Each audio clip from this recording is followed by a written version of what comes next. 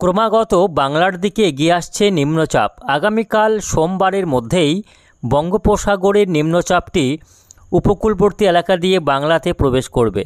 অন্যদিকে দক্ষিণ চীন সাগরে তৈরি হওয়া বিধ্বংসী ঘূর্ণিঝড় ইয়াগি, যার সর্বোচ্চ গতিবেগ এই মুহূর্তে রয়েছে ঘন্টায় 200 থেকে 220 কিলোমিটার। আপনাদের সরাসরি দেখাবার চেষ্টা করব। এই যে ঘূর্ণিঝড় ইয়াগি, যেটা এই মুহূর্তে আজকে ভিয়েতনামে প্রবেশ করেছে, এই ঘূর্ণিঝড় আগামী বৃহস্পতিবারের মধ্যে এটা ভারতের মিজোরাম, মণিপুর এই রাজ্যগুলিতে প্রবেশ করবে এবং পরবর্তীতে আরও কিছুটা পশ্চিম দিকে এগিয়ে এসে বাংলাদেশ এবং পশ্চিমবঙ্গকে প্রভাবিত করবে। অর্থাৎ একসঙ্গে পরপর দুটি ওয়েদার সিস্টেম বাংলাতে আঘাত হানতে চলেছে, যার ফলে আগামী 10 তারিখের পর থেকে টানা 3-4 দিন ধরে একটা দুর্যোগের আশঙ্কা থাকছে। তো সুপ্রিয় সুধী দর্শক, আজকে এই মুহূর্তে আবহাওয়া দপ্তরের পক্ষ থেকে পাওয়া বেশ কিছু গুরুত্বপূর্ণ আপডেট নিয়ে আবারও চলে এলাম। আসুন বিস্তারিত জানিয়ে দেব যে আগামী 4-5 দিন আবহাওয়া কেমন থাকবে, বঙ্গোপসাগরের নিম্নচাপ এবং দক্ষিণ চীন সাগরে তৈরি হওয়া ঘূর্ণিঝড়, এই দুটি সিস্টেম, এই সিস্টেমগুলির প্রভাবে কোথায় কেমন আবহাওয়াতে পরিবর্তন ঘটবে, কোন কোন দিনগুলিতে বৃষ্টি হবে, কোথায় কেমন বৃষ্টিপাতের সম্ভাবনা রয়েছে, বিস্তারিত জানাবো আজকের প্রতিবেদনে। অবশ্যই ভিডিওটিকে শেষ পর্যন্ত দেখবেন এবং আপনি কোন জেলা থেকে দেখছেন অবশ্যই আপনাদের জেলার নামটি আমাদের ভিডিওর কমেন্ট বক্সে লিখে জানাবেন। তো প্রিয় দর্শক, আসুন প্রথমেই আমরা দেখে নেব আজকে সকাল থেকে আবহাওয়ার পরিস্থিতি কোথায় কেমন লক্ষ্য করা যাচ্ছে। তো আমরা একটু মেঘমালা দেখে নেব আজকে। তো আজকে তো আকাশ পরিষ্কার থাকার সম্ভাবনা, দক্ষিণবঙ্গের বেশিরভাগ জেলাতে আকাশ পরিষ্কার থাকবে, যদিও উপরের জেলাগুলি অর্থাৎ উত্তরবঙ্গের কোথাও কোথাও আংশিক মেঘলা আকাশ দেখা যাবে। তবে দক্ষিণবঙ্গের বেশিরভাগ জেলাতেই আজকে সকাল থেকে আকাশ পরিষ্কার থাকবে। তবে দুপুরের পর থেকে দেখা যাচ্ছে উপকূলবর্তী জেলাগুলিতে একটু আংশিকভাবে মেঘলা আকাশ এবং সেটা পরে বৃষ্টি হলেও হতে পারে। শুধুমাত্র উপকূলবর্তী জেলাগুলির ক্ষেত্রে এই মেঘলা আকাশটা লক্ষ্য করা যাবে। বাকি জেলাগুলির আকাশ পরিষ্কার থাকারই সম্ভাবনা রয়েছে এবং তাপমাত্রা বেশ খানিকটা বাড়বে। ইতিমধ্যেই জেলাগুলির তাপমাত্রা 35-36 ডিগ্রি আশপাশেই ঘোরাফেরা করছে এবং বাতাসে আর্দ্রতা থাকার কারণে ইতিমধ্যেই তাপমাত্রার যে অনুভূতি সেটা কিন্তু 40 থেকে 45 ডিগ্রির মতো যে তাপমাত্রা সেটা অনুভূত হচ্ছে। ফলে একটা অস্বস্তিকর গরম এবং ভ্যাপসা গুমট গরমের সঙ্গে ঘর্মাক্ত পরিস্থিতি বজায় থাকছে দিনভর। তো আসুন আমরা এবার দেখে নেব বৃষ্টি বজ্র মোডে আজকে কোথায় কেমন বৃষ্টি হবে। আজকে সকাল থেকে আকাশ পরিষ্কারই থাকছে, তবে আজকে দুপুরের পর থেকে উপকূলবর্তী জেলাগুলির কোথাও কোথাও ছিটেফোঁটা থেকে হালকা বৃষ্টি লক্ষ্য করা যেতে পারে দুপুরের দিকে। তার মধ্যে মাঝারি পরিমাণে হালকা থেকে মাঝারি বৃষ্টি হতে পারে তমলুক, কোলাঘাট, বালিচক, হলদিবাড়ি এবং এদিকে খড়গপুর, বেলডা, এই বেলডাতে কিছুটা বজ্রবিদ্যুতের সঙ্গে হালকা থেকে মাঝারি বৃষ্টি এবং বারুইপুর, কলকাতা, খর্দ, চন্দননগর, হাবড়া, পান্ডুয়া, গোসাবা, নামখানা, ফ্রেজারগঞ্জ, হলদিবাড়ি, দীঘা, কাঁথি এই এলাকাতে কিছুটা ছিটেফোঁটা থেকে হালকা বৃষ্টি হলেও হতে পারে, এমনই সম্ভাবনা রয়েছে। বাকি জেলাগুলিতে আকাশ কার্যত পরিষ্কার থাকার সম্ভাবনা।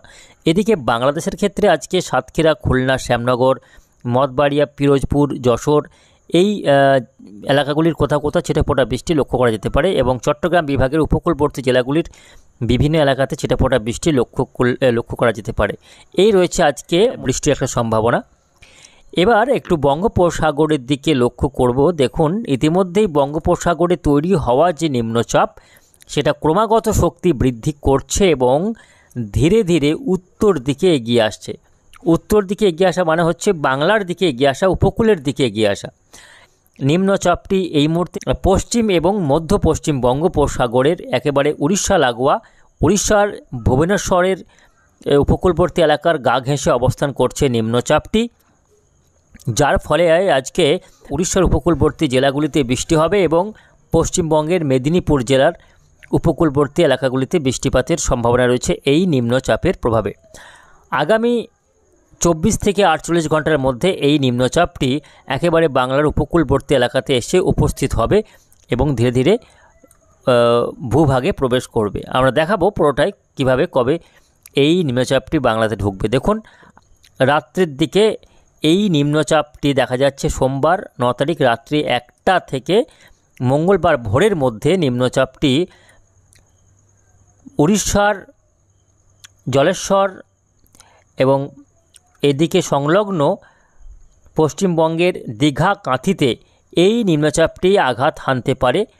আগামী সোমবার 9 তারিখ রাত থেকে মঙ্গলবার ভোরের মধ্যে নিম্নচাপটি আঘাত হানবে। এর ফলে সোমবার রাত থেকেই বৃষ্টি শুরু হবে উপকূলবর্তী 2 মেদিনীপুর, দক্ষিণ 24 পরগনা, উত্তর 24 পরগনা এই জেলাগুলিতে। মঙ্গলবার 10 তারিখ নিম্নচাপটি পশ্চিমবঙ্গের দক্ষিণ 24 পরগনা, মেদিনীপুর হয়ে পরবর্তীতে এটা কলকাতা, হাওড়া, হুগলি হয়ে এটা কিন্তু আরও উত্তর পশ্চিম দিকে এগোবে। পরবর্তীতে নিম্নচাপটি পশ্চিম বর্ধমান হয়ে বাঁকুড়া, পুরুলিয়া, পশ্চিম বর্ধমান হয়ে বিহারে প্রবেশ করার যথেষ্ট সম্ভাবনা রয়েছে। ঝাড়খণ্ড হয়ে বিহারে কিন্তু এই নিম্নচাপটি প্রবেশ করার সম্ভাবনা রয়েছে। ফলে মঙ্গলবার থেকে সোমবার রাত থেকে বৃষ্টি শুরু হবে। মঙ্গলবার রাত দিনভর বৃষ্টি রয়েছে।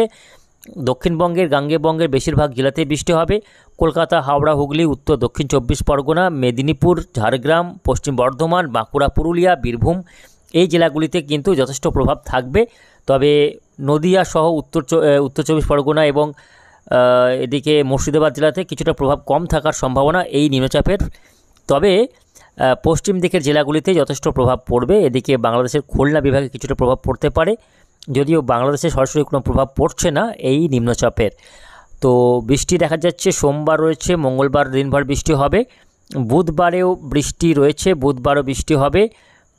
এদিকে বুধবার হতে হতে দেখা যাচ্ছে দক্ষিণ চীন সাগরের যে নিম্নচাপ সেটা কিন্তু আগামী মঙ্গলবার 10 তারিখে ঘূর্ণিঝড় ইয়াগি যেটা দক্ষিণ চীন সাগর থেকে আসছে সেটা কিন্তু আগামী মঙ্গলবার 10 তারিখ ভারতের মিজোরাম, মণিপুর হয়ে ত্রিপুরা হয়ে সেটা কিন্তু বাংলাদেশের ময়মনসিংহ, সিলেট বিভাগ হয়ে প্রবেশ করবে। ফলে মঙ্গলবার 10 তারিখ থেকে বৃষ্টি শুরু হবে ত্রিপুরা, মেঘালয়, আসাম, তার সঙ্গে বাংলাদেশের ময়মনসিংহ বিভাগ, সিলেট বিভাগ, রংপুর বিভাগ, উত্তরবঙ্গের আলিপুরদুয়ার, কোচবিহার, জলপাইগুড়ি, মেঘালয়, আসাম এই বেলটাতে আগামী 10 তারিখ থেকে ভারী বৃষ্টি এবং প্রচণ্ড ঝড় শুরু হবে। এবং বুধবার 11 তারিখ এই নিম্নচাপ অর্থাৎ একসঙ্গে পরপর দুটি নিম্নচাপ, এদিকে নিম্নচাপ যেটা বঙ্গোপসাগর থেকে আসবে, অন্যদিকে দক্ষিণ চীন সাগর থেকে আসা ঘূর্ণিঝড় ইয়াগি তখন দুর্বল হয়ে নিম্নচাপ রূপে প্রবেশ করবে এই বাংলাতে।